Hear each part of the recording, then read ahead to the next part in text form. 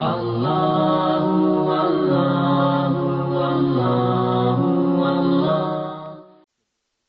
بڑی مشہور ہے، سب کو زبانی یاد ہوگی، سورہ نمل آیت نمبر 62.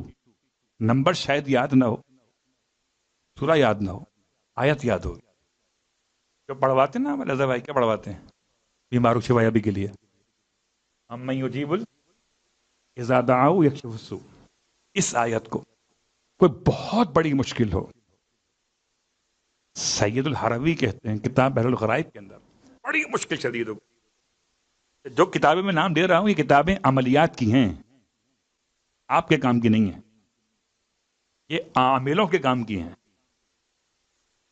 کتاب بحر الغرائب، سید الحروی کہتے ہیں کہ اگر بہت بڑی مشکل ہو کسی پر تو صبح کی نماز کے بعد کوئی کام ایسا کیے بغیر جو نماز کو باطل کر دیتا ہو،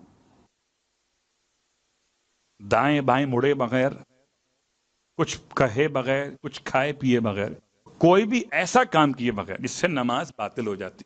نماز مکمل کرنے کے بعد کسی سے گفتگو بھی کیے بغیر 111 مرتبہ پڑھیے امن یجیب المضطر اذا دعاہ ویکشف السوء.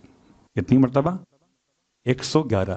ریسکیو نمبر ہے 111 111. ٹھیک.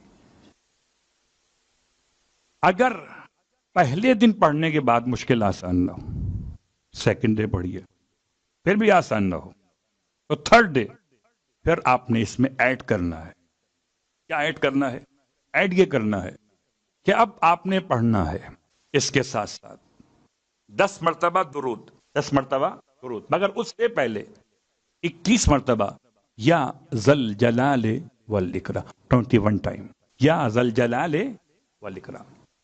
پھر اس کے بعد 10 ٹائم درود، اور پھر لاسٹ میں 4 نمبر اب کیا پڑھنا ہے؟ ایک سانس میں پڑھنا ہے 41 ٹائم یا اللہ ہو.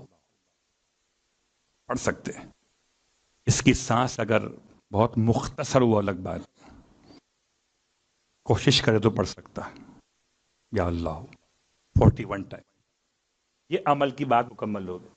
سخت ترین حاجت جو کبھی پرابلم سولو نہ ہو رہی اس کے لیے